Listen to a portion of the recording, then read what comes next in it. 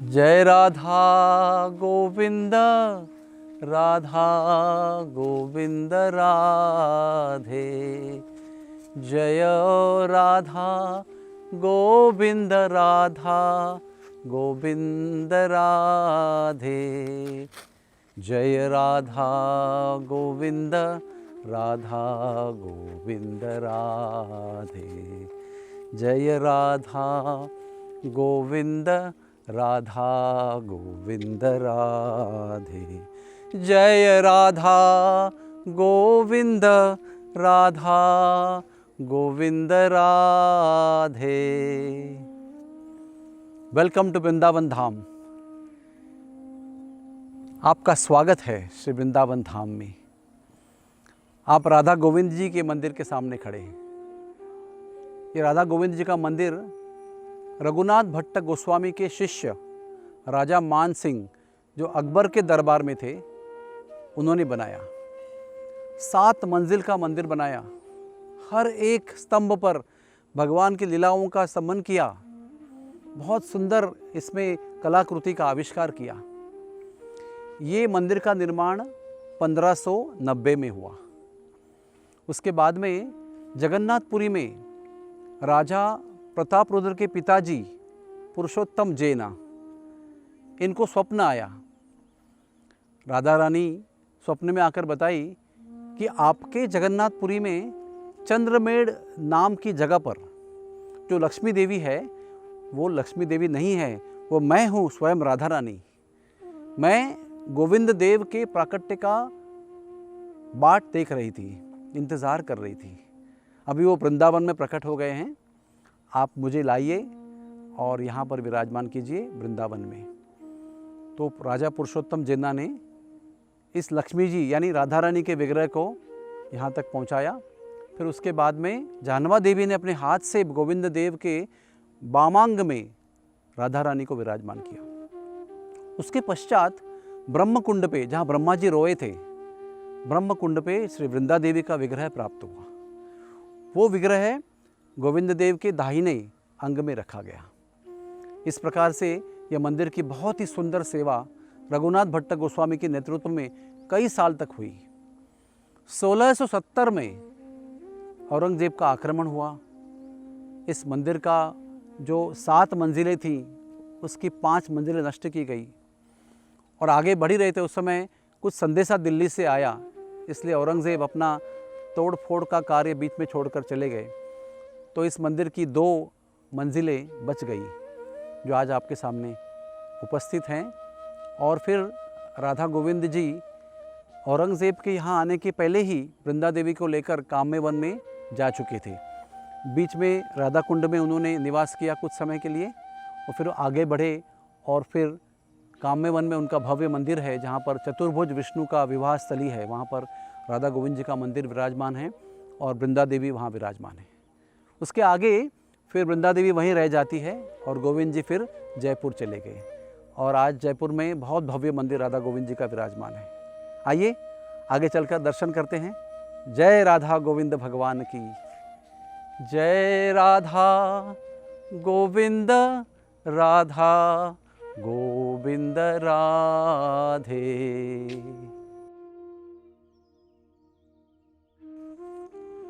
जय जय राधा गोविंद राधा गोविंद राधे। श्री राधा गोविंद देव भगवान की जय हो। आप सबकी ओर से मैं श्री राधा गोविंद देव को प्रणाम करने जा रहा हूँ।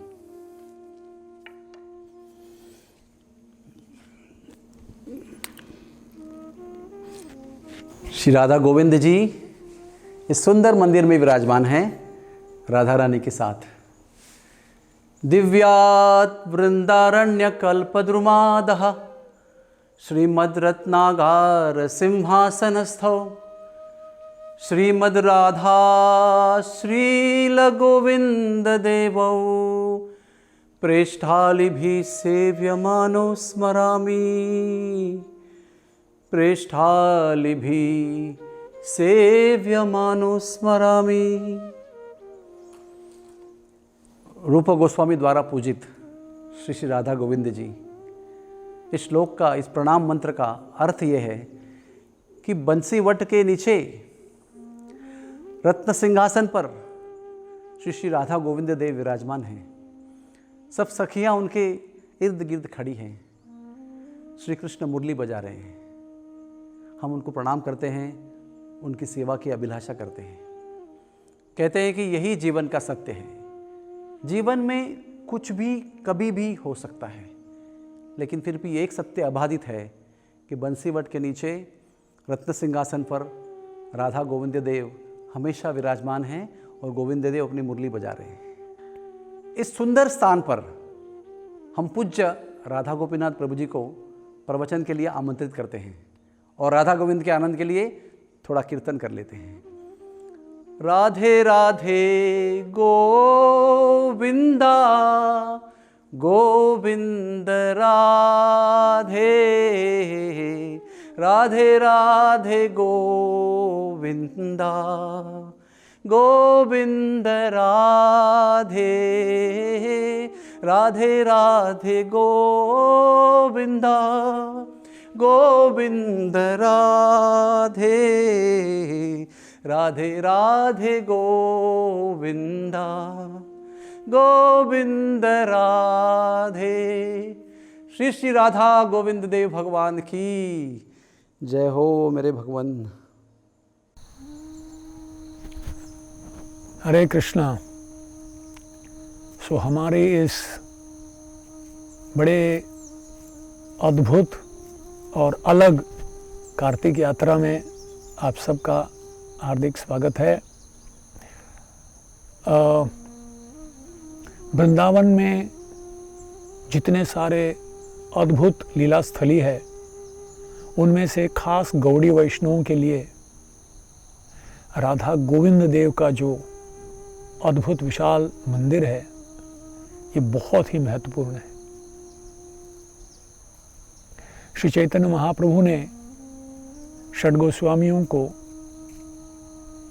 उनकी संपूर्ण आंदोलन, जिस उद्देश्य से वो आए थे, उसे श्री चैतन्य मनो अभीष्टम स्थापितम येन भूतले, उसको स्थापित करने हेतु षड गोस्वामियों को 4 प्रमुख आज्ञा दिए थे। पहला, ब्रज के सारे जो लीला स्थली हैं, जो प्रायशः अप्रकट हो गए हैं, उन्हें उनका प्राकट्य करना फिर से। दूसरा, विग्रहों की स्थापना करके भव्य मंदिर का निर्माण करके उसकी सेवा शुरू करना। और तत्पश्चात नाना शास्त्र विचारणैक निपुणौ सद्धर्म संस्थापकौ, रूप और सनातन को शिक्षा देने के बाद उन्होंने कहा कि अब संपूर्ण शास्त्र के जो निचोड़ है, उस निचोड़ को, भक्ति शास्त्र को ग्रंथों के रूप में आप प्रकाशित करके ये ज्ञान विश्व भर में इसको बांटना। और चौथा था कि एक आदर्श व्यवहार, वैष्णव का व्यवहार इस संसार में और एक आदर्श उदाहरण देने हेतु कैसा होना चाहिए, ये भी ग्रंथों के द्वारा और अपने उदाहरण के द्वारा स्थापित करना। तो रूप गोस्वामी ने प्रायशः षड गोस्वामियों के साथ ये सारे कार्य प्रायशः पूर्ण हो चुके थे। सिर्फ उनकी हृदय में एक वेदना थी, एक मानो एक खालीपन अनुभव हो रहा था, क्योंकि वो जानते थे कि ब्रज के जो प्रमुख विग्रह हैं राधा गोविंद देव, वो अभी तक हमें उपलब्ध नहीं है और वो उनका स्थापना नहीं हुआ है। तो कई शास्त्रों में उन्होंने संशोधन किया, कई ब्रजवासियों से मिले, सब जगह ढूंढ रहे थे कि राधा गोविंद देव किधर हैं वो। और इस प्रकार उदास होकर एक दिन जब बैठे हुए थे, तो उनके पास एक ग्वाल बाल, बहुत ही सुंदर स्वरूप का एक छोटा सा बालक आया और पूछने लगा आपके उदासी का कारण क्या है। जब रूप गोस्वामी ने अपने हृदय की सारी बातें व्यक्त की तो बालक मुस्कुराते हुए कहा, शायद मुझे मालूम है, चलिए मेरे साथ बाबा जी। और रूप गोस्वामी के हाथ लेकर वो उन्हें गोमती टीला नाम का एक पर्वतीय स्थान है, वहाँ ले गए उनको और कहे कि देखो, यहाँ हर दोपहर को एक कामधेनु सुरभि गाय आती है और इस स्थान पर अपने दूध, अमृतमयी दूध को छोड़ देती है। तो मुझे लगता है निश्चित रूप से वहीं भगवान निवास कर रहे होंगे। तत्पश्चात रूप गोस्वामी देखने लगे, फिर मुड़ के देखे तो बालक नहीं था वहाँ, अंतर्धान हो गया। तब रूप गोस्वामी को समझा कि ये साक्षात गोविंद देव ही एक बालक के रूप में आए थे, ग्वाल बाल के रूप में आए थे। तत्पश्चात उन्होंने उन ब्रजवासियों को बुलाकर वहाँ उस जगह को खोदा और गोविंद देव वहाँ अद्भुत ऐश्वर्यशाली रूप में गोविंद देव जी प्रकट हुए। कहा जाता है कि वज्रनाभ भगवान श्री कृष्ण के प्रपौत्र, उन्होंने जब ब्रज के सारे लीला स्थली को स्थापित कर रहे थे तो उन्होंने एक मूर्ति बनाई भगवान श्री कृष्ण की, विग्रह बनाकर स्थापना करने की इच्छा से। और तत्पश्चात उत्तरा माँ अपने उत्तरा जी को उन्होंने वो विग्रह दिखाया तो उत्तरा जी ने कहा कि इस विग्रह के जो चरण हैं ये कृष्ण जैसे ही हैं। तत्पश्चात और एक विग्रह का निर्माण हुआ, उसे देखकर उन्होंने कहा कि इनके वक्षस्थल साक्षात कृष्ण जैसे हैं।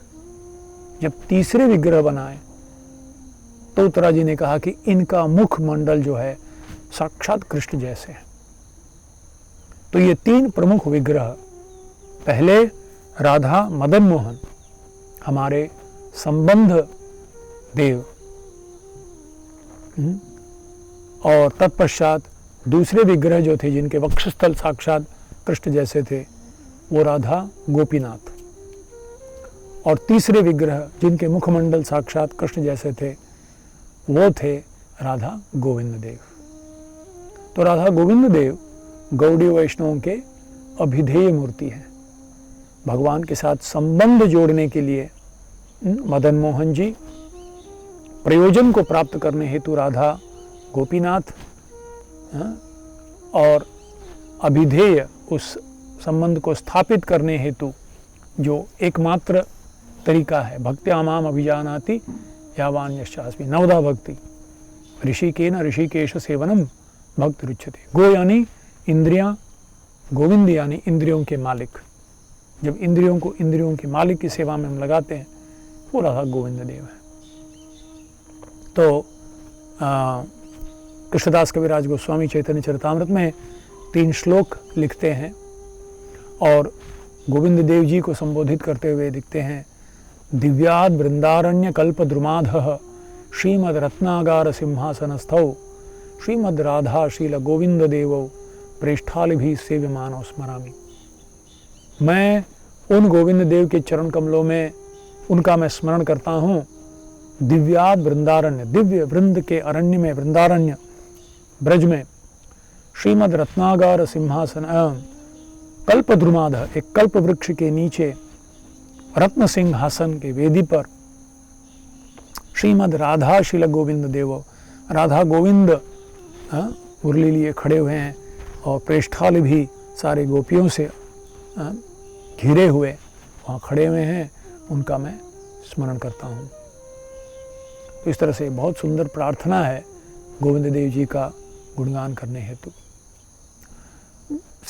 व्यक्तिगत रूप से मैं जब राधा वृंदावन, राधा गोविंद जी के सामने खड़े होकर ये प्रार्थना करता हूँ तो मेरा 2 विचार मेरे मन में आते हैं।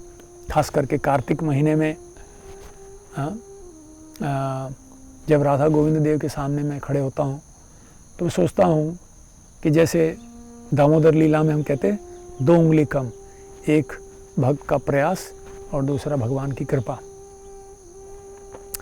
यहाँ हम देखते हैं रूप गोस्वामी अपना पूरा प्रयास कर दिए महाप्रभु की इच्छा को पूर्ण करने हेतु, पर जब वो उसमें असफल रहे तब गोविंद देव जी प्रकट हुए एक ग्वाल बाल के रूप में और उसको पूर्ण किया, उनकी सेवा को। तो इस तरह से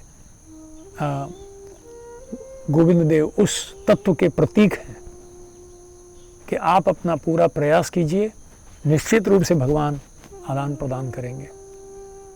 और दूसरी बात ये कि एक बार मैं और श्यामानंद प्रभु परम पूज्य राधानाथ स्वामी महाराज जी के कमरे में गए। उस समय 93 शायद एक बहुत ही विचलित होने वाली ऐसे प्रसंग से हमारा भक्त समाज गुजर रहा था। बहुत लोग विचलित थे, उनकी भक्ति डगमगा रही थी। तो हम महाराज जी से मिलने गए तो महाराज जी बाह्य रूप से तो बड़े शांत और निश्चिंत लग रहे थे। तो हमको चर्चा की विषय के ऊपर। तत्पश्चात हमने पूछा कि महाराज इस इतने विचलित होने वाली परिस्थिति में आप ऐसे लग रहे मानो कोई आप पूरे निश्चिंत हो तो ये इसका कारण क्या है और ये कैसे हो सकता है?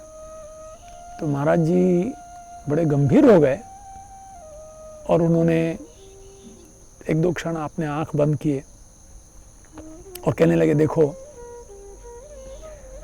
इस पूरी सृष्टि में, भौतिक आध्यात्मिक सृष्टि में एक ही सत्य है जो शाश्वत है। दिव्याद वृंदारण्य कल्पद्रुमाधः श्रीमद् रत्नागार सिंहासनस्थौ श्रीमद् राधा शील गोविंद देवो पृष्ठाल भी सेव्यमानो स्मरामि। राधा और कृष्ण वृंदावन में एक वृक्ष, कल्प वृक्ष के नीचे खड़े होकर मुरली बजा रहे हैं और गोपियों से घिरे हुए हैं। यही एकमात्र शाश्वत सत्य है। इसके अलावा और जो कुछ भी परिस्थिति है वो क्षण भंगुर है। ये द्वंद्व का संसार है, ये दुखालय में शाश्वतम, ये होता ही रहेगा। तो इन परिस्थितियों से गुजरते हुए इसको जितना यथाशक्ति निपटते हुए हमारा मन अगर उस सत्य में अगर रहेगा, स्थिर रहेगा, तब कोई भी परिस्थिति में हम अपने मुख्य जो कर्तव्य है उससे विचलित न होकर अपनी जीवन के लक्ष्य को हम प्राप्त करेंगे। तो ये सत्य है, वास्तव वस्तु। दूसरे वस्तु जो है वास्तविक नहीं है, ये क्षण भंगुर है, पर ये वास्तविक सत्य है। जीवेर स्वरूप होय कृष्णेर नित्य दास, गोपी भर्तुर पद कमलयोर दास दासानुदास। ये सत्य है और इस सत्य को अपना लक्ष्य बनाकर इसके स्तर पर अगर हम स्थित होंगे तब, और राधा गोविंद देव जी के चरणों में हम अपना ध्यान रखेंगे, तो फिर ताम स्थितिक्षस्व भारत शीत उष्ण सुख दुखदा आगमापाइनो अनित्या, इन अनित्यों को सहन करने की शक्ति मिलेगी और हम अपने जीवन के ध्येय से संबंध, अभिधेय और प्रयोजन जो मुख्य उद्देश्य है उससे विचलित ना होंगे। जय श्री श्री राधा गोविंद देव की जय। निताय गौर प्रेमानंदी हरि हरि बोल। आप सबका हार्दिक धन्यवाद।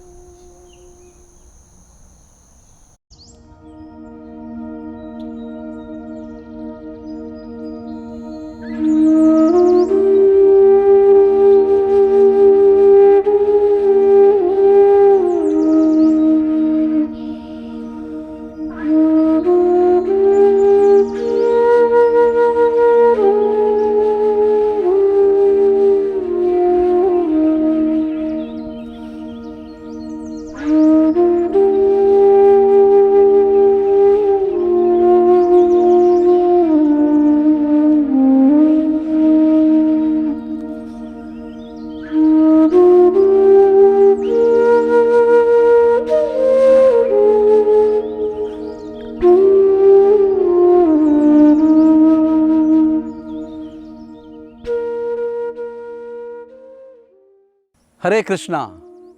श्री वृंदावन धाम ये बहुत सुंदर सुंदर पवित्र और दिव्य वृक्षों से भरा हुआ है।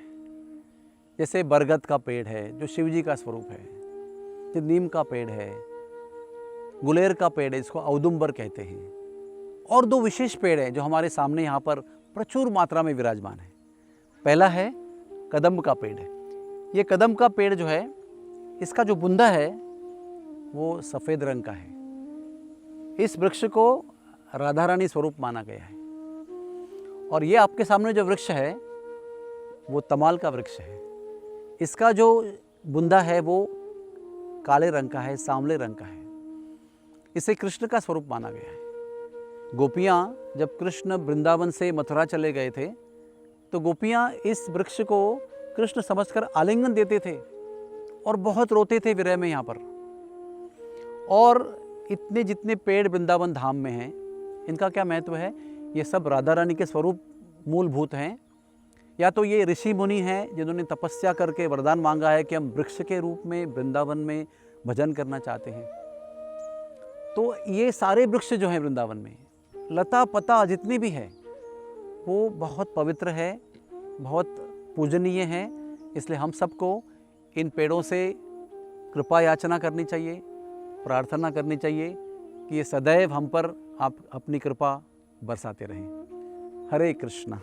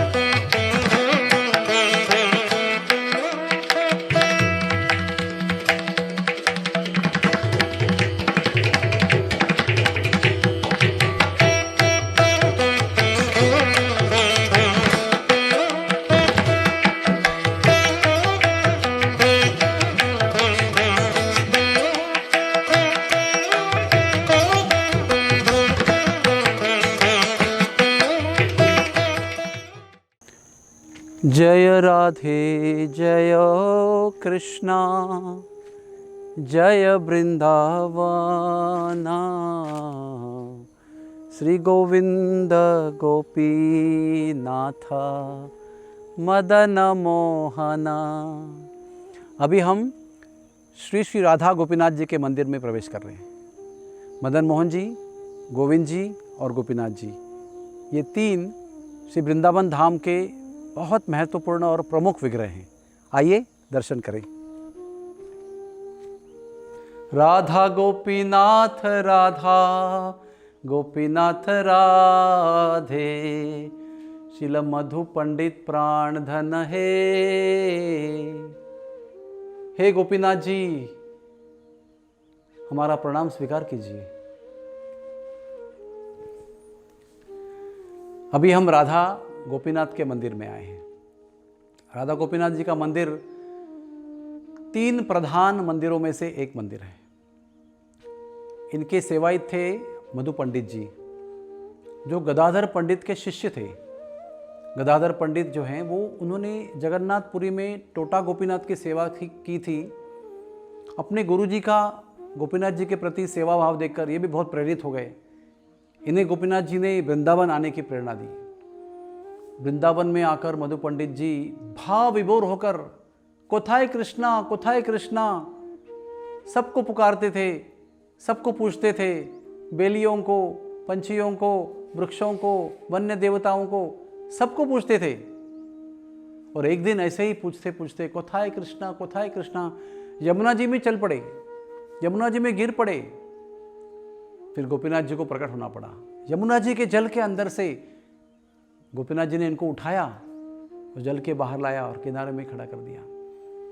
होश में आने के बाद मधु पंडित जी को गोपीनाथ जी का दर्शन हुआ, और गोपीनाथ जी ने कहा, क्या चाहते हो? तो गोपीनाथ जी को मधु पंडित ने कहा, आपका ये सुंदर दर्शन निरंतर मुझे होता रहे, यही मेरी तमन्ना है। तो तत्क्षण साक्षात गोपीनाथ जी मूर्तिमान हो गए, विग्रह में रूपांतरित हो गए। 40 साल तक मधु पंडित जी ने अपनी झोपड़ी में गोपीनाथ जी के विग्रह की सेवा की। उसके पश्चात 1579 में राजा रायसल शेखावत, इन्होंने ये भव्य मंदिर बनाया गोपीनाथ जी के लिए। और उसके पश्चात जब ही औरंगजेब का आतंक हुआ, तब जाकर ये गोपीनाथ जी का विग्रह को कामा ले गए, काम्य वन में। और काम्य वन में बंगाल प्रांत के वर्धमान जिला के राजा त्रिलोक चंद और भानुमती रानी, इन्होंने काम्य वन में इनके लिए बहुत सुंदर मंदिर बनाया। वहाँ पर 28 साल तक गोपीनाथ जी रहे। और उसके बाद में औरंगजेब के यवनों का आतंक वहाँ तक पहुँचा, तो फिर गोपीनाथ जी वहाँ से भी चल पड़े, और वो अभी जयपुर में बसे हैं। इस तरह से गोपीनाथ जी हमारे गौड़ीय संप्रदाय के 3 प्रमुख विग्रहों में से एक हैं। पहले मदन मोहन जी, दूसरे गोविंद जी, और तीसरे गोपीनाथ जी। आइए आप सबकी ओर से मैं गोपीनाथ जी को प्रणाम मंत्र अर्पण करता हूँ। श्रीमान रास रसारंभी बंसी वट तटस्थितः कर्षण वेणु स्वनैर्गोपीर गोपीनाथ श्रियेस्तु नः, गोपीनाथ श्रियेस्तु नः, गोपीनाथ श्रियेस्तु नः। हे गोपीनाथ जी, आप बंसी बजाकर सबको पुकार रहे हैं। आपकी बंसी गोपियों को पागल कर रही है। इस आकर्षण से वो भाव विभोर होकर आपके ओर आ रहे हैं, और आप उनके साथ रास रचा रहे हैं। हे रास बिहारी गोपीनाथ जी, हम सब का आपके चरणों में सादर प्रणाम है। कृपया आशीर्वाद दीजिए और ये वरदान दीजिए कि आपकी मुरली हमें सुनाई पड़े, आपकी पुकार हमें सुनाई पड़े, और आपके चरणों में हम अपनी सेवा की पराकाष्ठा करें। श्री श्री राधा गोपीनाथ जी भगवान की जय हो। जय राधा गोपीनाथ, राधा गोपीनाथ राधे।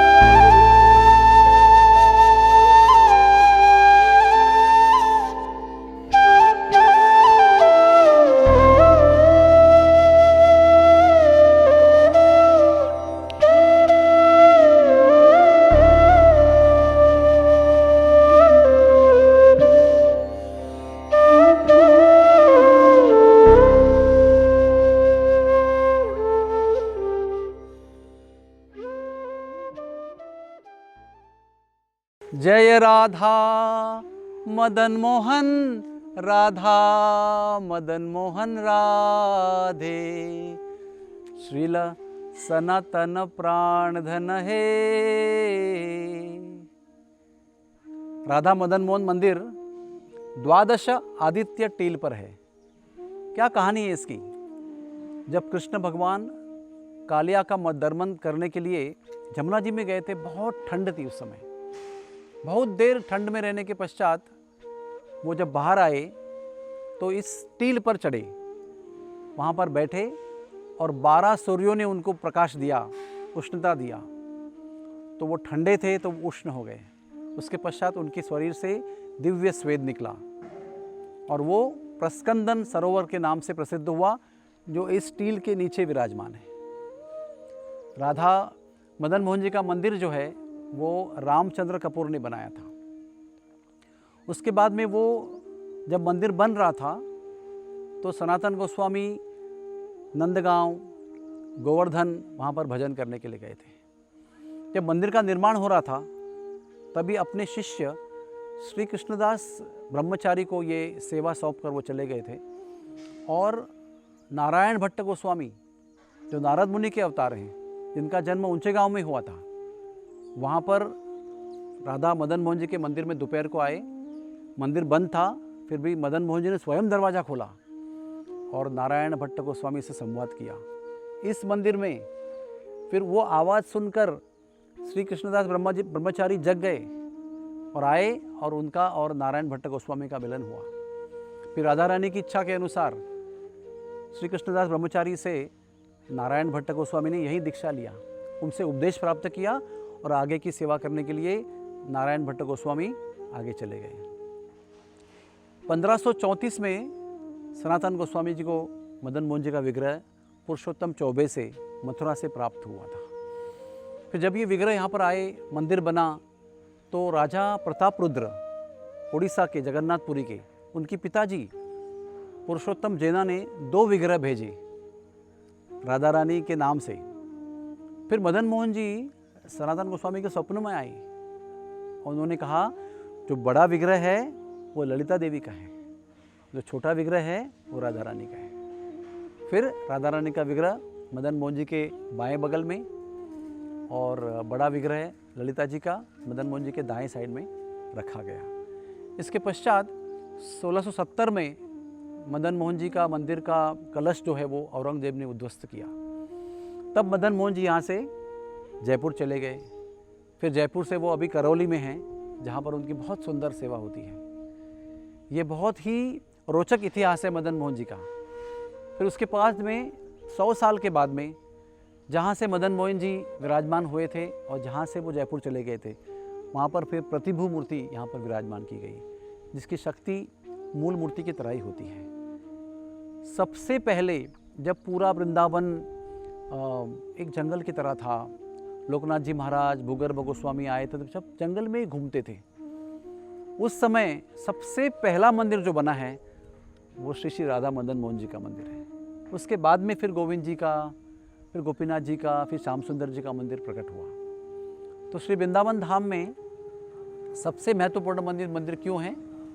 क्योंकि ये हमारी आसक्ति जो भौतिक दुनिया से बनी हुई है उसको निकाल देते हैं और उनके चरणों के प्रति आसक्ति बनाते हैं।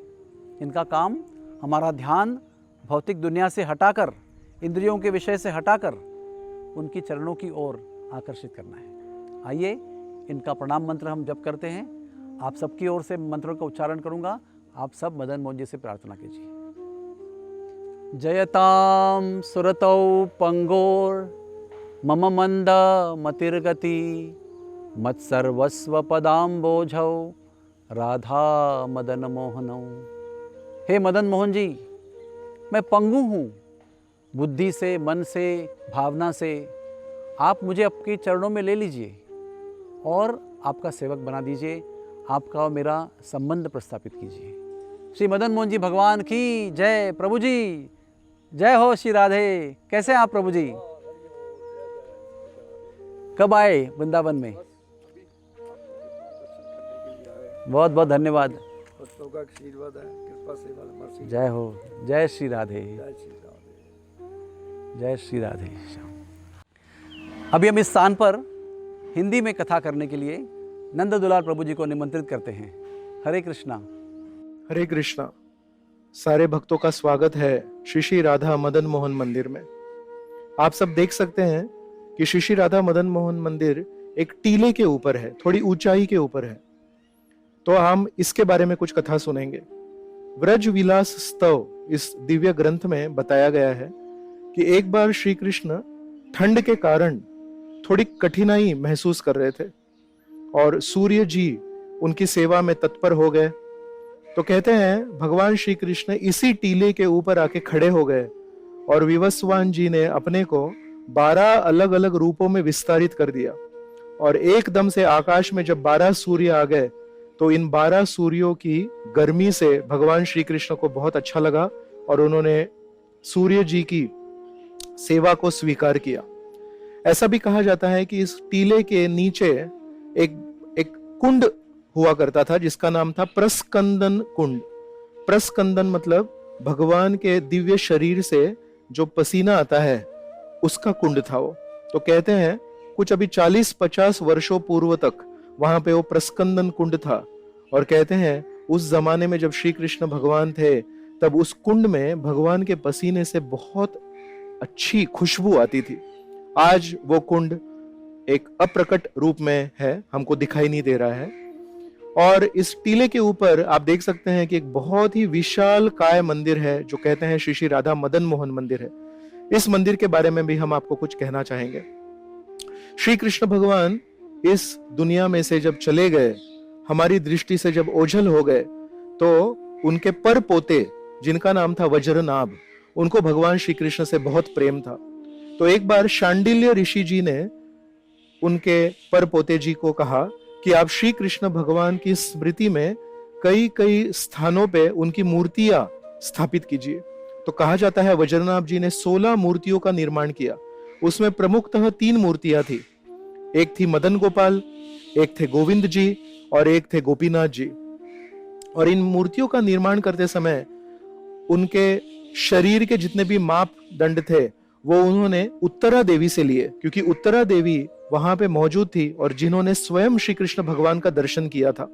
बाकी कोई व्यक्ति उस समय वहां मौजूद नहीं था जिन्होंने श्री कृष्ण भगवान का दर्शन किया था। तो कहते हैं मदन गोपाल जी की जो मूर्ति बनी, उनके चरणों से लेके उनके कमर तक पूरी तरह से वो श्री कृष्ण भगवान की तरह दिखते हैं। तो ये मूर्तियां अलग अलग बनी और कुछ समय बाद लुप्त हो गई। फिर एक समय ऐसा आया जब अद्वैत आचार्य वृंदावन में आए और अद्वैत आचार्य जी एक वट वृक्ष के नीचे इस मदन गोपाल जी को पाए। ये वट वृक्ष श्री श्री राधा मदन मोहन मंदिर के कुछ कदमों में कुछ ही अंतर पे पाया जाता है। और फिर कुछ दिनों बाद ये जो भगवान है वो थोड़े लुप्त हो गए। अद्वैत आचार्य ने उनकी सेवा की पर उसके उपरांत भी लुप्त हो गए। तो कहते हैं कि महावन के पास में एक ब्रजवासी थे जिनका नाम था पुरुषोत्तम चौबे जी। इनके पास में भगवान चले गए और वो उनकी सेवा कर रहे थे। फिर कुछ वर्षों बाद जब यहाँ पे सनातन गोस्वामी, श्रील रूप गोस्वामी पधारे, तब भगवान की ऐसी इच्छा हुई कि अभी उनकी सेवा सनातन गोस्वामी जी द्वारा हुए। सनातन गोस्वामी जी जब एक दिन यहाँ से गुजर रहे थे तब उन्होंने देखा यमुना के किनारे मदन गोपाल जी अपने कुछ मित्रों के साथ खेल रहे हैं, और तब उनके भी हृदय में एक इच्छा जागृत हो गई कि वो भगवान की कोई सेवा करे। तो भगवान उस समय पुरुषोत्तम चौबे जी के सपने में आए और उन्होंने वर्णन किया कि हम चाहते हैं आप हमको सनातन गोस्वामी जी को दे दें, हम उनके द्वारा सेवा स्वीकारना चाहते हैं। और उसी रात को भगवान सनातन गोस्वामी जी के स्वप्ने में आए और बोले कि कल ये ब्राह्मण आपको हमको देगा और आप उनसे हमको स्वीकार कीजिए और हमारी सेवा आरंभ कीजिए। सनातन गोस्वामी जी भी बहुत खुश हो गए और ऐसे ही सपने में जैसे देखा था, एक ब्राह्मण अगले दिन सनातन गोस्वामी जी के पास आया और उन्होंने अपनी मूर्ति, मदन गोपाल जी की मूर्ति सनातन गोस्वामी को दे दी। सनातन गोस्वामी तो एक भिक्षुक थे, एक सन्यासी थे, तो यहाँ वहां व्रजवासियों से जो भी मधुकरी प्राप्त करते थे वही भगवान को खिलाते थे और उसी मधुकरी को महाप्रसाद के रूप में स्वीकार किया करते थे। तो एक ऐसी कहानी आती है कि जब पेड़ के ऊपर सनातन गोस्वामी जी ने भगवान को रखा था तो एक दिन भगवान उनको बोलते हैं, अरे आप तो हमको कुछ रूखा सूखा खिलाते हैं, थोड़ा नमक तो डाला कीजिए उसमें। और ऐसी कहानी है कि सनातन गोस्वामी बोले, आज आप नमक मांग रहे हो, कल आप कुछ मांगोगे तो हमारे पास तो ये सब देने की कोई ताकत नहीं है, हम मधुकरी में जो भी मांगेंगे, जो हमें प्राप्त होगा वही हम आपको अर्पण करेंगे। एक बार यमुना जी जो यहाँ पास में है, यमुना जी से एक कृष्णदास कपूर नाम के व्यापारी गुजर रहे थे और उनकी बड़ी नौका थी जिसमें वो अलग अलग चीजें बेचने के लिए आगे जा रहे थे, उसमें प्राधान्यता था नमक। तो कृष्णदास कपूर जी की जो नाव है यहाँ पे जमीन में फंस गई और उनको किसी ने कहा कि यहाँ एक बाबा जी रहते हैं, सनातन गोस्वामी जी रहते हैं, आप उनसे आशीर्वाद लीजिए। सनातन गोस्वामी जी ने उनको कहा कि आप मदन गोपाल जी को प्रार्थना कीजिए, वो जरूर आपको मदद करेंगे। और उन्होंने प्रार्थना अर्पण की। मदन गोपाल जी ने उनकी नाव को अपने आशीर्वाद से मिट्टी में से छुड़ा दिया। तो कृष्णदास कपूर जी इतने खुश हो गए, जब व्यापार करके पुनः इसी मार्ग से लौट रहे थे तो उन्होंने कुछ सेवा करने की उन्होंने विनंती की। और सनातन गोस्वामी जी ने उनको कहा कि आप भगवान के लिए घर बांध सकते हैं। और तब कृष्णदास कपूर जी ने अपने पैसों से भगवान के लिए विशाल काय मंदिर बांधा है, जो आज वृंदावन परिक्रमा में सबसे ऐतिहासिक और सबसे प्रमुख स्थान माना जाता है। और इसी मंदिर में फिर ये मदन गोपाल जी रहीवासी हो गए और आज ये मदन गोपाल जी श्री श्री राधा मदन मोहन के नाम से जाने जाते हैं। तो कहते हैं भक्ति मार्ग में सबसे महत्वपूर्ण चीज है, पहले एक साधारण जीव का भगवान से संबंध जुड़ना चाहिए। और मदन मोहन जी, इनके नाम से ही हम पता चलते हैं कि साधारण व्यक्ति तो मदन कामदेव द्वारा व्याप्त है, उससे द्वारा पीड़ित है, लेकिन अगर किसी भक्त को, इसी व्यक्ति को मदन मोहन जी से आकर्षण हो जाए तो मदन के चंगुल में से छुटकारा पाता है। तो चलिए हम मदन मोहन जी को प्रार्थना करते हैं कि हमारे हृदय में जो काम भावना है, कामदेव से हम पीड़ित हैं, उनसे हमको छुटकारा दे दे। बहुत बहुत धन्यवाद। जय जय राधा कृष्ण युगल मिलना। जय जय राधा कृष्ण युगल मिलना। जय जय राधा कृष्ण युगल मिलना। जय जय राधा कृष्ण युगल मिलना। आरती कर ये ललिता आदि सखी गाना। आरती कर ये ललिता आदि सखी गाना। जय जय राधा कृष्ण युगल मिलना। जय जय राधा कृष्ण युगल मिलना। मदन मोहन रूपा त्रिभंग सुंदरा। मदन मोहन रूपा त्रिभंग सुंदरा। पीतांबर शिखी पोछ चूड़ा मनोहारा।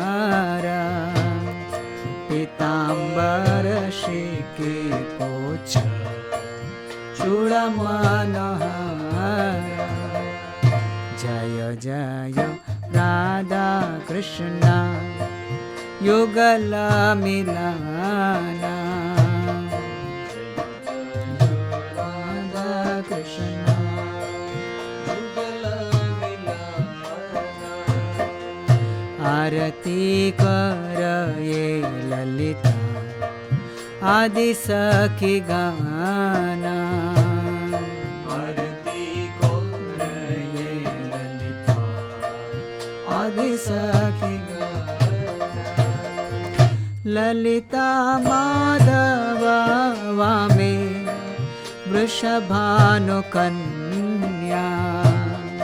ललिता माधव वामे वृषभानु कन्या।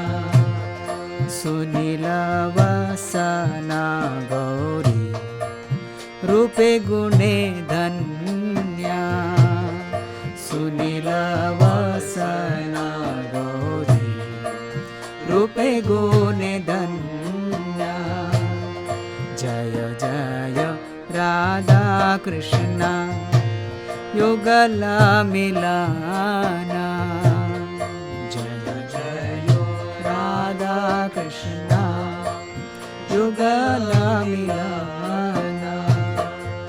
आरती कर ये ललिता आदि सखी गाना आरती कराये ललिता आदि सखी गाना नानाविध अलंकार करे झलमाल नानाविध अलंकार करे झलमाल हरिमन विमोहन वदना उज्ज्वला हरिमन विमोहन वदना उज्ज्वला जय जय राधा कृष्ण युगल मिलना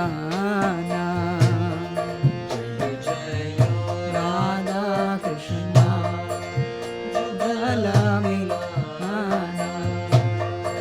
आरती करये ललिता आदि सखी गाना आरती करये ललिता आदि सखी गाना विशाखादि सखी जना नाना रागे गाया विशाखादि सखी जना नाना रागे गाया प्रिय नर्मा सखी जता चामर डुलाया प्रिय नर्मा सखी जता चामर डुलाया जय जय राधा कृष्ण युगल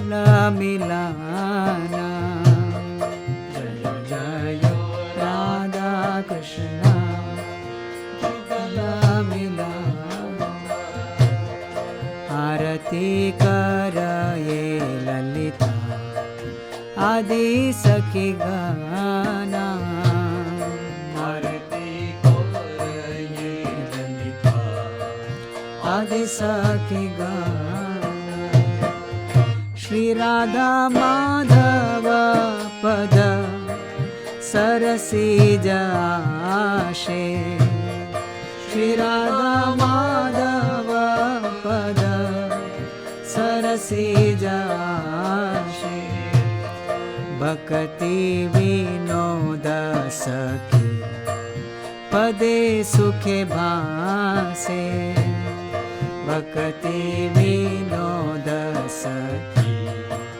पदे सुखे भासे जय जय राधा कृष्ण युगल मिलना जय जय राधा कृष्ण युगल मिलना जय जय राधा कृष्ण युगल मिलना जय जय राधा कृष्ण युगल मिलना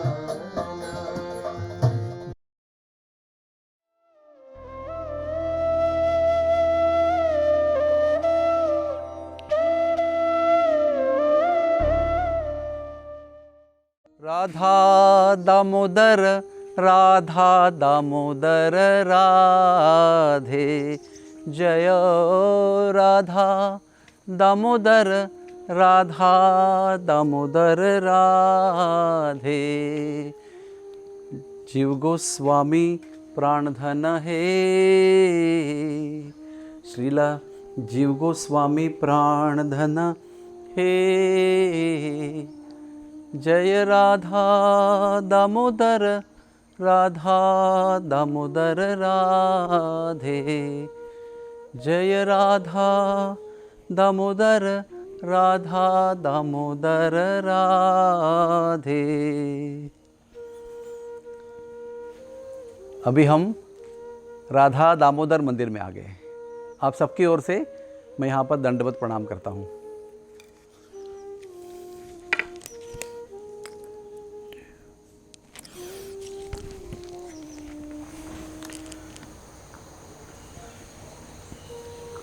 राधा दामोदर मंदिर में प्रमुख विग्रह राधा दामोदर जी के हैं, जो जीव गोस्वामी द्वारा पूजित हैं। इन विग्रहों को रूप गोस्वामी ने अपने हाथ से बनवाया था और उनके भतीजे जीव गोस्वामी को भेंट में दिया था। उसके बाद में राधा दामोदर जी के दाहिने में राधा वृंदावन चंद्र हैं। वे कृष्णदास कविराज गोस्वामी द्वारा पूजित हैं। दामोदर जी के बाईं ओर राधा माधव जी हैं, जो जयदेव गोस्वामी द्वारा पूजित हैं। और उसके पश्चात राधा छैल चिकन, जो भूगर्भ गोस्वामी के द्वारा पूजित है। इस मंदिर की ये विशेषता है कि इसमें श्री गिरिराज जी की शिला है। सनातन गोस्वामी जी को दीर्घ गोवर्धन परिक्रमा करते समय स्वयं ठाकुर जी, श्याम सुंदर जी उनको विनती करने के लिए आए थे कि आप ये 70 साल की उम्र में इतनी बड़ी परिक्रमा करना अभी बंद कर दीजिए। फिर भी सनातन गोस्वामी नहीं माने।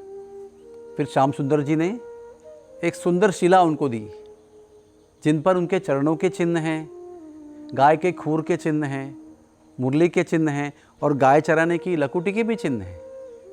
और श्याम सुंदर जी ने स्वप्न देकर कहा कि इस शिला का अगर आप 4 बार परिक्रमा करोगे तो आपको पूरी दीर्घ वृंदावन परिक्रमा करने का लाभ प्राप्त होगा। सनातन गोस्वामी ने उसके पश्चात जीवन भर अपनी कुटी में चक्रेश्वर महादेव के पास इस शिला का 4 बार परिक्रमा करके अपना नियम पूरा किया। उनका शरीर समाप्त होने के पश्चात धरोहर के रूप में जीव गोस्वामी के पास ये शिला आई। इसीलिए ये शिला राधा दामोदर मंदिर में विराजमान है। आज भी ब्रजवासी लोग 4 बार इस मंदिर की परिक्रमा करने आते हैं, जिससे वृंदावन में रहते हुए भी श्री गोवर्धन की परिक्रमा करने का लाभ प्राप्त होता है। ये मंदिर बहुत महत्वपूर्ण है। इस मंदिर में जब रूप गोस्वामी, सनातन गोस्वामी थे तो रूप गोस्वामी यहाँ भजन करते थे। यहाँ पर श्रीनिवास आचार्य, नरोत्तम दास ठाकुर, श्यामानंद पंडित, इन 3 महानुभावों का शिक्षा जीव गोस्वामी द्वारा संपन्न हुई है। ये बहुत ही महत्वपूर्ण मंदिर है गौड़ीय वैष्णवों के इतिहास में।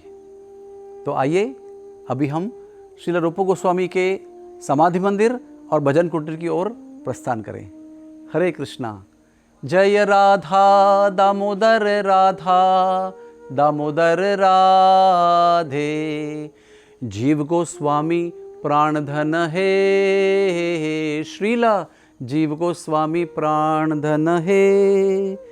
जय राधा दामोदर राधा दामोदर राधे, जय राधे जय कृष्णा, जय वृंदावन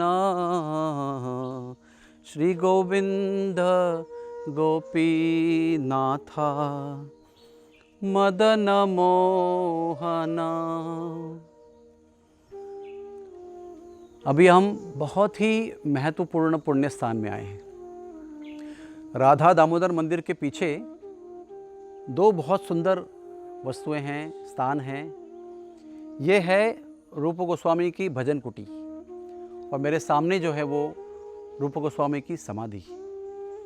जब राधा गोविंद देव का मंदिर बन रहा था तो उस समय रूप गोस्वामी जी यहाँ पर बैठकर भजन कर रहे थे अपने भतीजे जीव गोस्वामी के मंदिर में। यहाँ पर बैठकर उन्होंने भक्ति रसामृत सिंधु, उपदेशामृत, ललित माधव, विदग्ध माधव जैसे महान ग्रंथों की रचना की।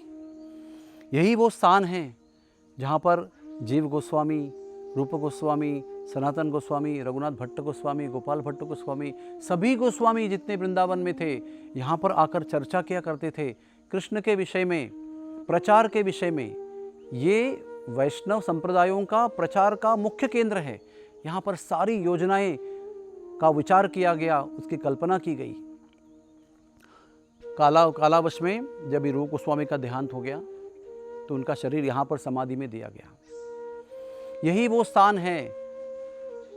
एक तरह से ये इस्कॉन संस्था का गर्भाशय है। यहाँ पर इस्कॉन की संकल्पना प्रभुपाद जी ने बनाई। वो वहाँ पर खिड़की भी है जहाँ से इस रूप गोस्वामी का भजन कुटी और समाधि श्रील प्रभुपाद देखा करते थे। यहाँ पर एक और सुंदर स्थान है जो वैष्णव पाद प्रक्षालन स्थली। वहाँ पर अपने पैरों को धोकर सभी गोस्वामी गण और संतगण आकर पैर धोकर यहाँ पर आकर बैठते थे और चर्चा करते थे। इसलिए गौड़ीय वैष्णवों के इतिहास में सबसे महत्वपूर्ण स्थान सदियों से पहले तभी भी था और आज भी है। श्रील प्रभुपाद जी की कृपा से यहाँ पर जो उन्होंने संकल्पना, चिंतन, ध्यान किया, उसका परिणाम आज हम विश्व भर देख रहे हैं। इस्कॉन संस्था 600 से अधिक मंदिरों के साथ, फार्म हाउस के साथ, रेस्टोरेंट्स के साथ विकसित हुई है और लाखों भक्त बने हैं। उसकी सारी कल्पना जो थी, सारा ध्यान और चिंतन जो था, वो इस जगह पर किया गया। आइए हम अपने हृदय से इन दो स्थानों को, इस पवित्र भूमि को प्रणाम करें और ये प्रार्थना करें कि हमें भी दिव्य दिव्य योजनाएं विचार में आए, संकल्पना हमारे मन में आए और हम भी थोड़ा बहुत प्रचार में सहायता करें, सहयोग करें। श्रील रूप गोस्वामी महाराज की जय। श्रील जीव गोस्वामी महाराज की जय।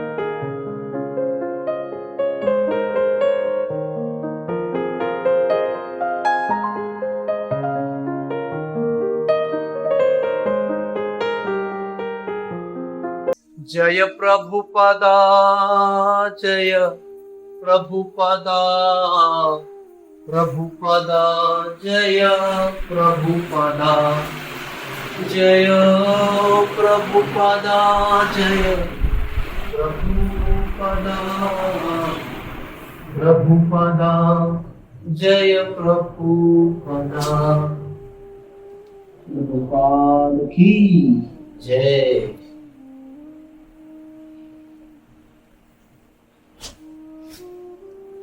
ये श्रील प्रभुपाद जी का कमरा है। उन्होंने 2 कमरे लिए थे, उसमें से ये कमरा उन्होंने अपने लेखन के लिए उपयोग किया। इतना मग्न होकर यहाँ लेखन करते थे कि दोपहर का भोज उनके कमरे के बाहर रखा करता था और वो रात को पाया करते थे। दिन भर इतनी मग्नता से अपने तात्पर्य लिखते थे। वो कहते थे कि मेरे हृदय का जो अति आनंद का भाव है, उसका प्राकट्य इन तात्पर्यों के रूप में हुआ है। ये उनका संन्यास दंडा है। ये उनके गुरु महाराज का चित्रपट है। परम कृष्ण की कृपा से मूर्ति भक्ति सिद्धांत सरस्वती महाराज।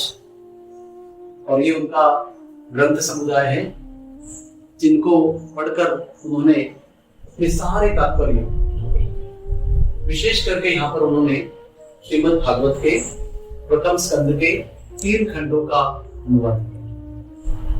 और 3 खंडों का अनुवाद करने के पश्चात वे यहाँ से अमेरिका गए। लोही बाजार में यहाँ से जाकर माधुकरी करते थे। रात के समय अंधेरा होने के पश्चात, मंदिर बंद होने के पश्चात, श्रील प्रभुपाद जी रूप गोस्वामी की समाधि और भजन कुटी के सामने झाड़ू लगाया करते, बुखारी लगाए। बलराम शक्ति प्रभु बहुत ही सुंदर स्थान। आप जहाँ पढ़ने के लिए बैठे हैं, यहाँ पर पूरे इस्कॉन का चिंतन किया गया। एक प्रकार से इस पूरी संकल्पना जो है इस्कॉन की, वो यहाँ पर बनाई। यही हृदय में प्रभुपाद जी के पूरा इस्कॉन प्रकट हुआ था। भजन के लिए, पढ़ने के लिए, चिंतन करने के लिए बहुत ही सुंदर स्थान। श्रील प्रभुपाद की जय हो।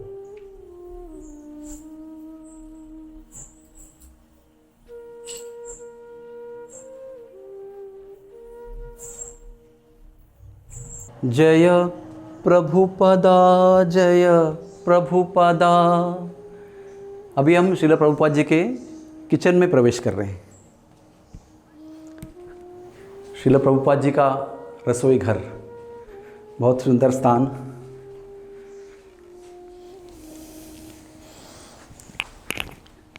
श्रील प्रभुपाद जी इस जगह पर विराजते थे और यहाँ बैठकर अपना प्रसादम लेते थे, और प्रसाद को लेते समय रूप गोस्वामी को समाधि की ओर दर्शन किया करते थे। रूप गोस्वामी जी और उनकी शिक्षाओं पर बड़े ही ध्यान से चिंतन किया करते थे और यहाँ पर निरंतर दर्शन करते हुए एकाग्रता से शांत चित्त से प्रसाद पाया करते थे। ये उनका सादगी भरा संन्यस्त भाव का उनका रसोई घर है, ये उनका रैक है, इसमें उनका मटका है, उनका स्टोव, उनका टिफ़िन जिसमें वो प्रसाद रखा करते थे। कभी कभी दामोदर जी का महाप्रसाद भी पाते थे। बहुत एकांत में, बहुत ही ध्यानपूर्वक जीवन उन्होंने यहाँ पर बिताया। इसी के वजह से पूर्ण इस्कॉन संस्था प्रकट हुई, यहाँ के चिंतन की वजह से। श्रील प्रभुपाद जी को प्रणाम करते हुए अभी हम आगे बढ़ते हैं। श्रील प्रभुपाद जी की जय हो। जय प्रभुपादा, जय प्रभुपादा, प्रभुपादा जय प्रभुपादा।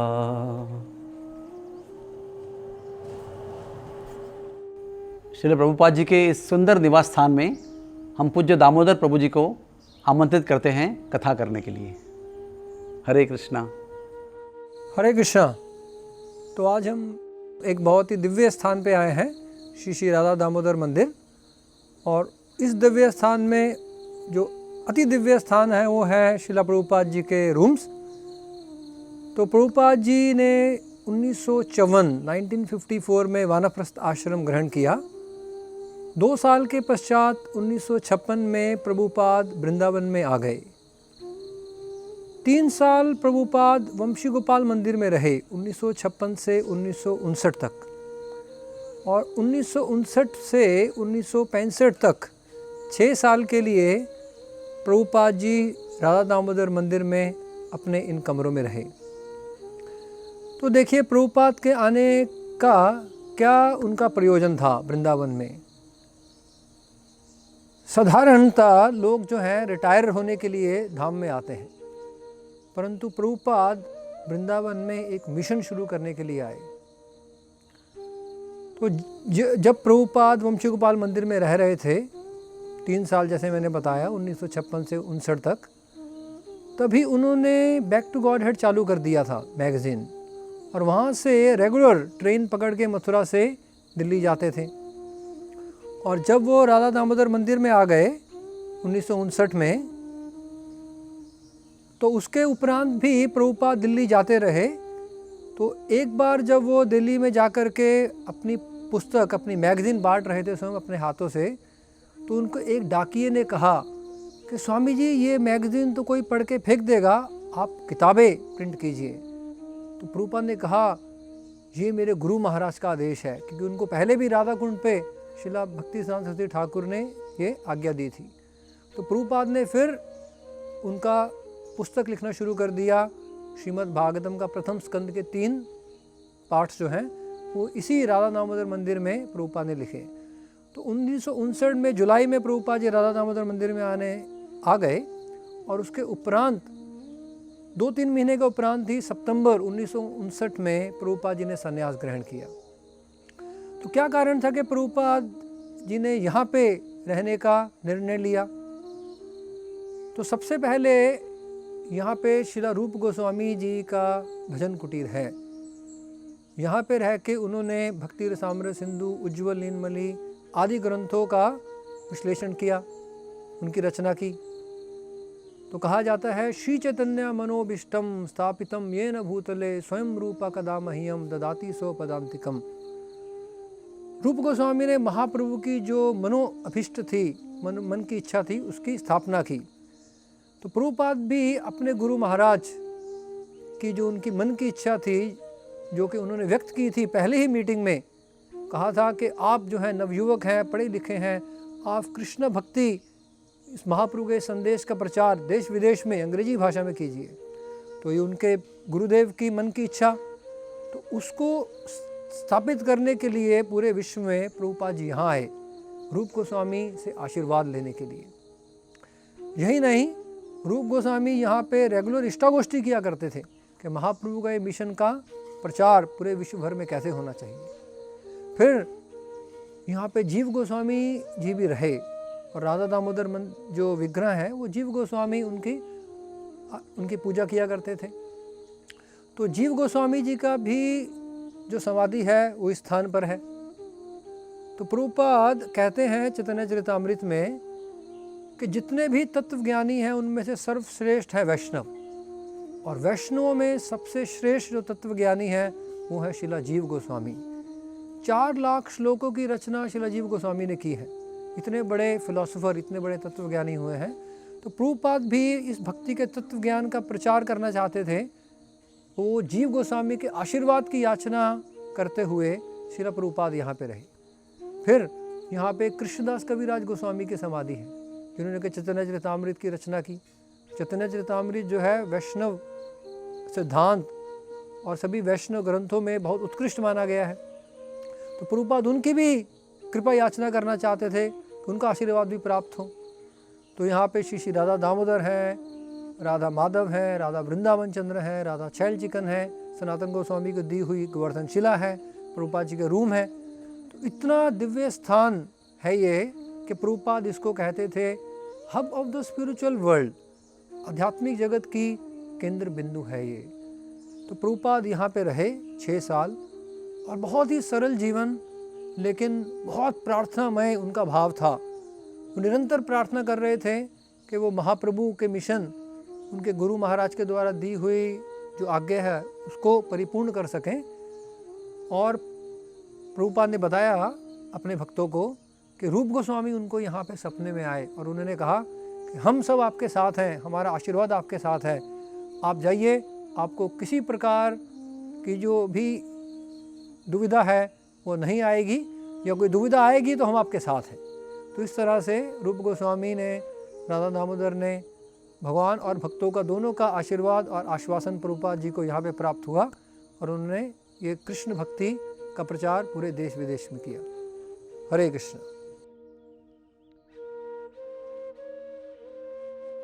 जय राधा श्याम सुंदर, राधा श्याम सुंदर राधे, श्रील श्यामानंद प्राणधन हे, श्रील श्यामानंद प्राणधन हे।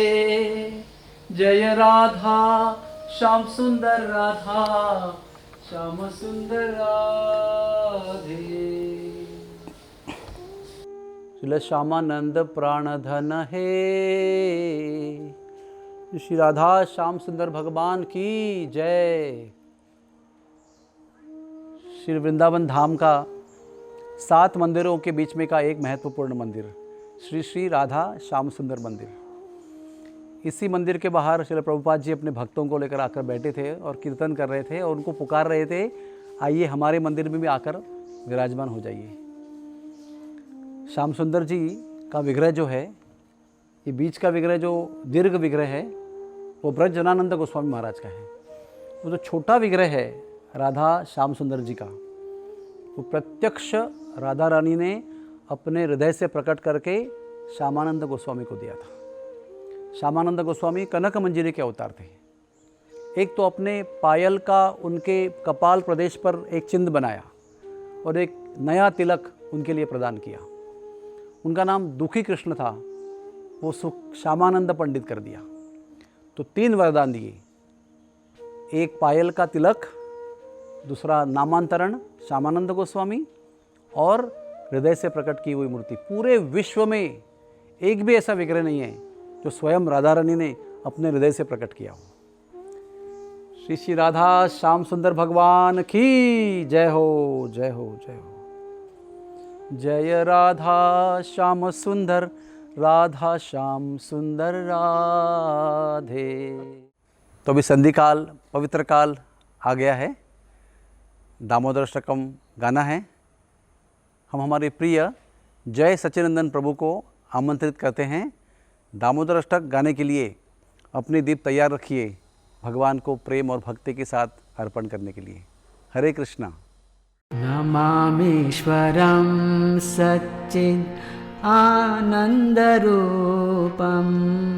लसत्कुण्डलं गोकुले ब्राजमानम्। नमामीश्वरं सच्चिदानन्दरूपं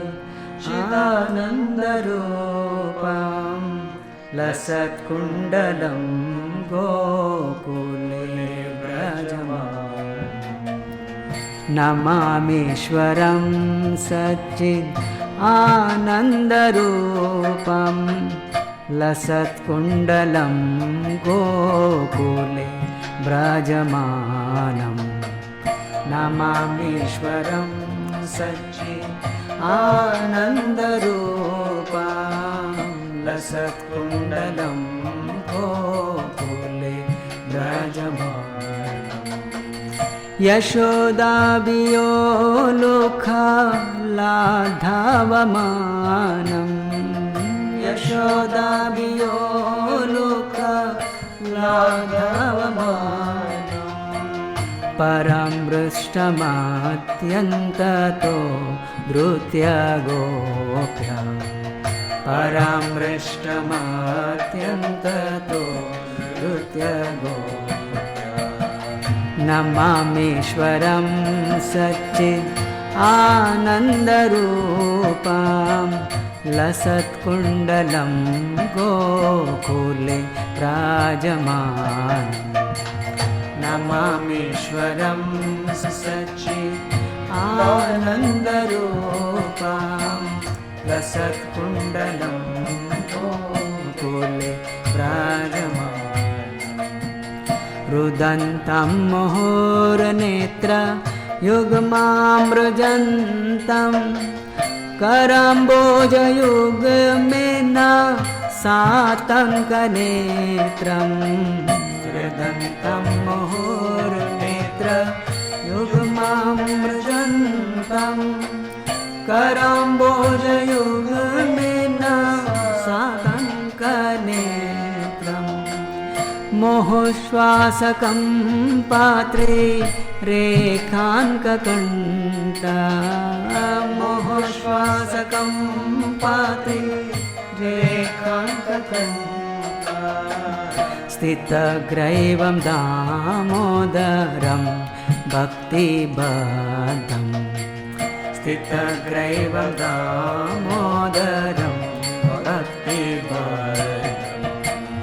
नमामीश्वरं सच्चित् आनन्दरूपं लसत्कुण्डलं गोकुले ब्राजमानम्। नमामीश्वरं सच्चित् आनन्दरूपं लसत्कुण्डलं गोकुले ब्राजमानम्। इति दृक्स्वलीलाभि आनन्दकुण्डे स्वघोषं निमज्जन्तम् आख्यापयन्तम्। इति दृक्स्वलीलाभि आनन्दकुण्डे स्वघोषं निमज्जन्तम् आख्यापयन्तम्। तदीयेषिताग्नेषु भक्तैर्जितत्वं ददीयेषिताग्नेषु भक्तैर्जितत्वं। पुनः प्रेमतस्तं शता वृत्तिवन्दे पुनः प्रेमतस्तं शता वृत्तिवन्दे। नमामीश्वरं सच्चित् आनन्दरूपं लसत्कुण्डलं गोकुले ब्रजमानम्। नमामीश्वरं सच्चित् आनन्दरूपं लसत्कुण्डलं गोकुले ब्रजमानम्।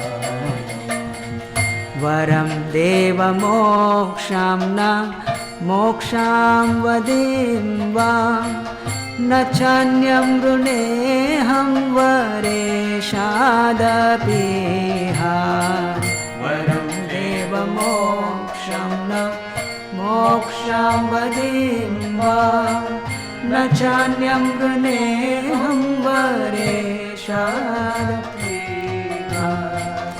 इदं ते वपुर्नाथ गोपालबालम् इदं ते वपुर्नाथ गोपालबालम् सदा मे मनस्याविरास्तं किमन्ये सदा मे मनस्याविरास्तं किमन्ये नमामीश्वरं सच्चित् आनन्दरूपं लसत्कुण्डलं गोकुले व्रजमानं नमामीश्वरं सच्चित् आनन्दरूपं लसत्कुण्डलं गोकुले व्रजमानम् इदं ते मुखाम्बोजम् अत्यन्तनीले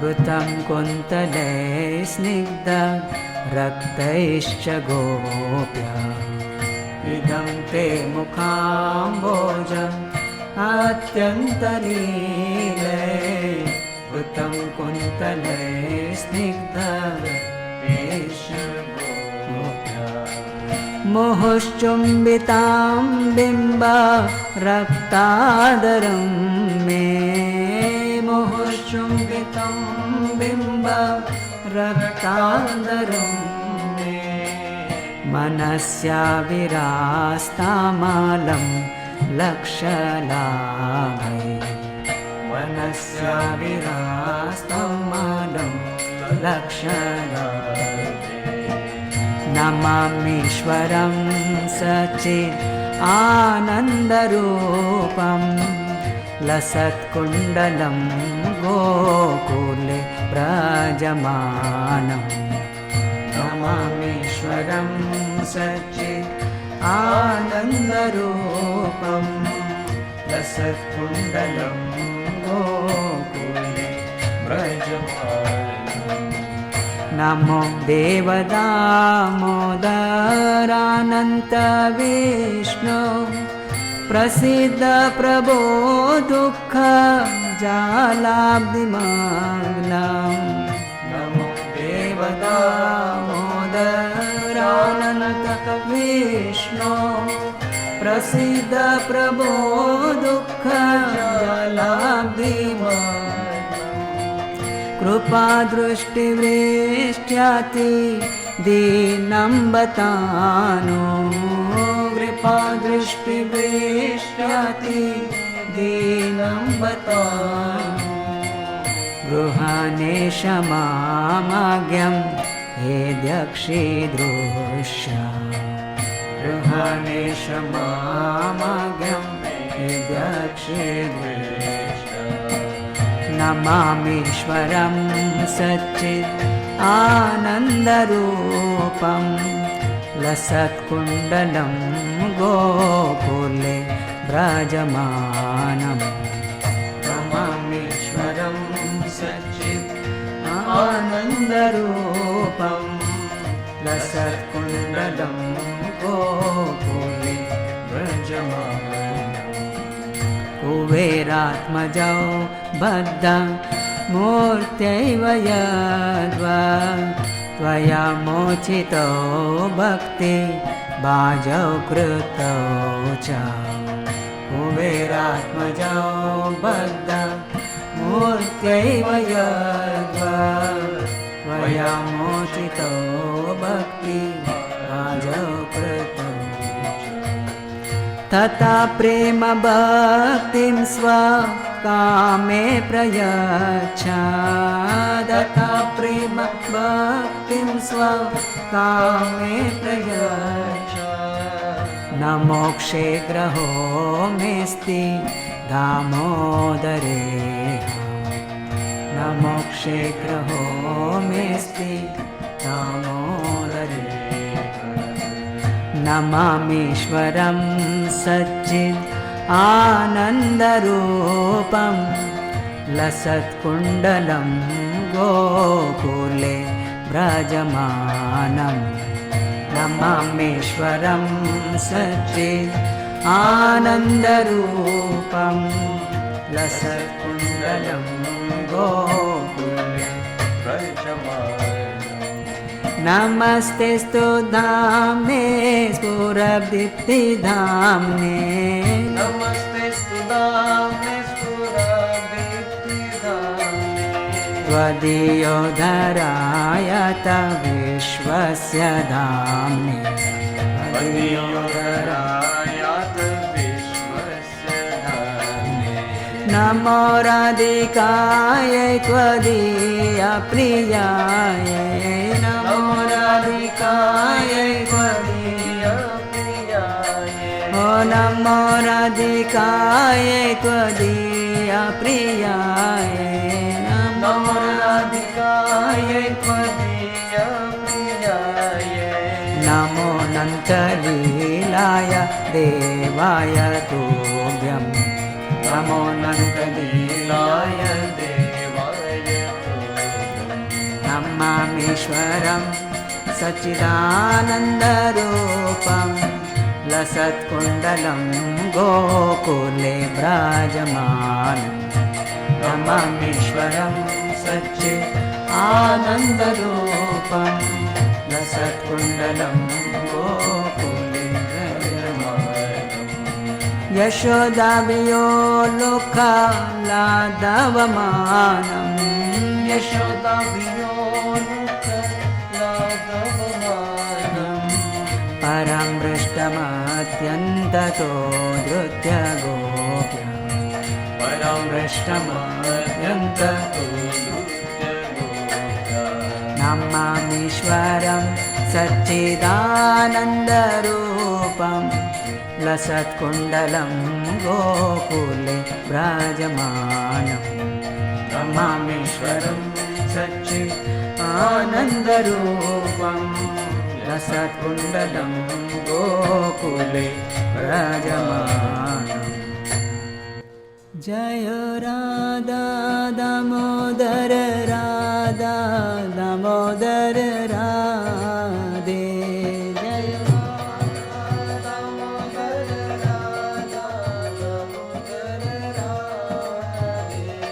जय राधा श्याम सुंदर राधा श्याम सुंदर राधे जय राधा श्याम सुंदर राधा श्याम सुंदर राधे जय राधा रमन राधा रमन राधे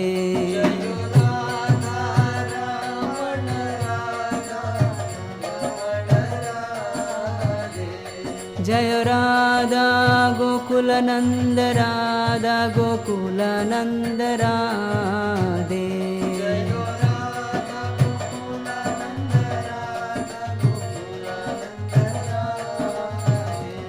जय राधा मदन मोहन राधा मदन मोहन राधे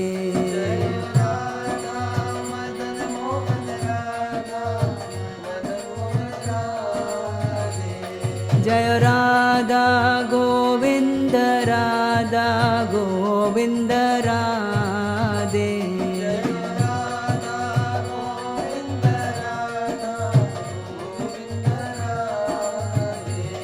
जय राधा गोपीनाथ राधा गोपीनाथ राधे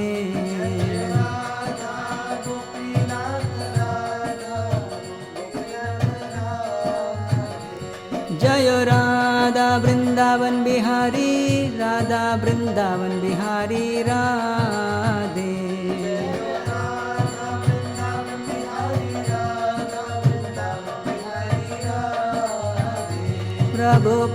प्रभुपाद प्रभुपाद प्रभुपाद जय जय प्रभुपाद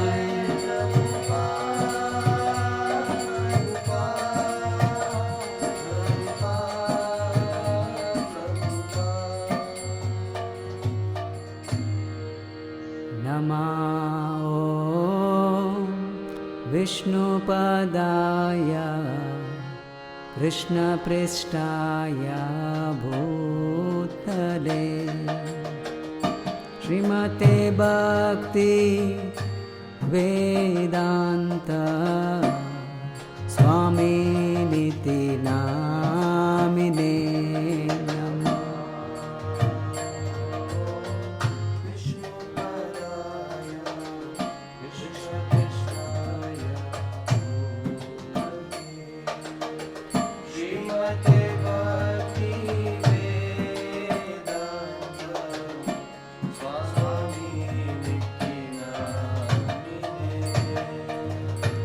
नमस्ते सरस्वती देवे गौरवाणी प्रचारिणे निर्विशेषा शून्यवादी पाश्चात्य देशतारिणे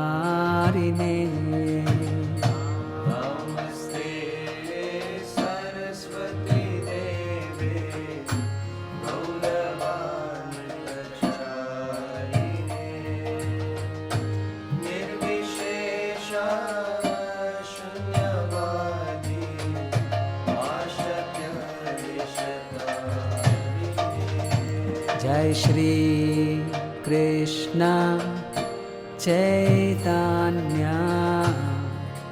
प्रभु नित्यानंद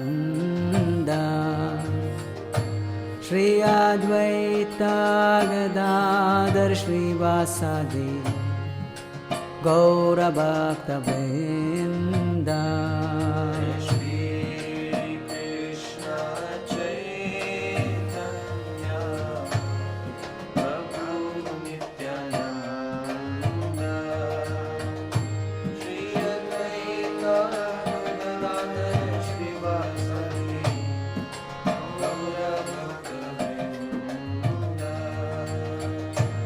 हरे Krishna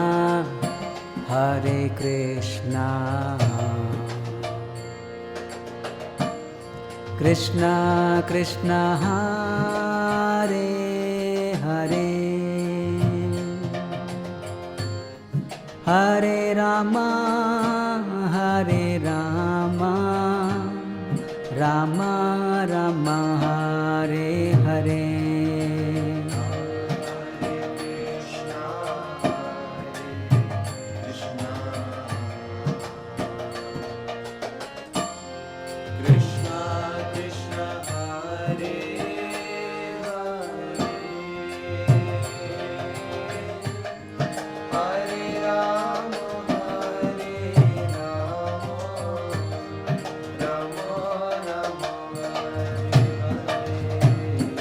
RG Media YouTube channel. Like, share, subscribe.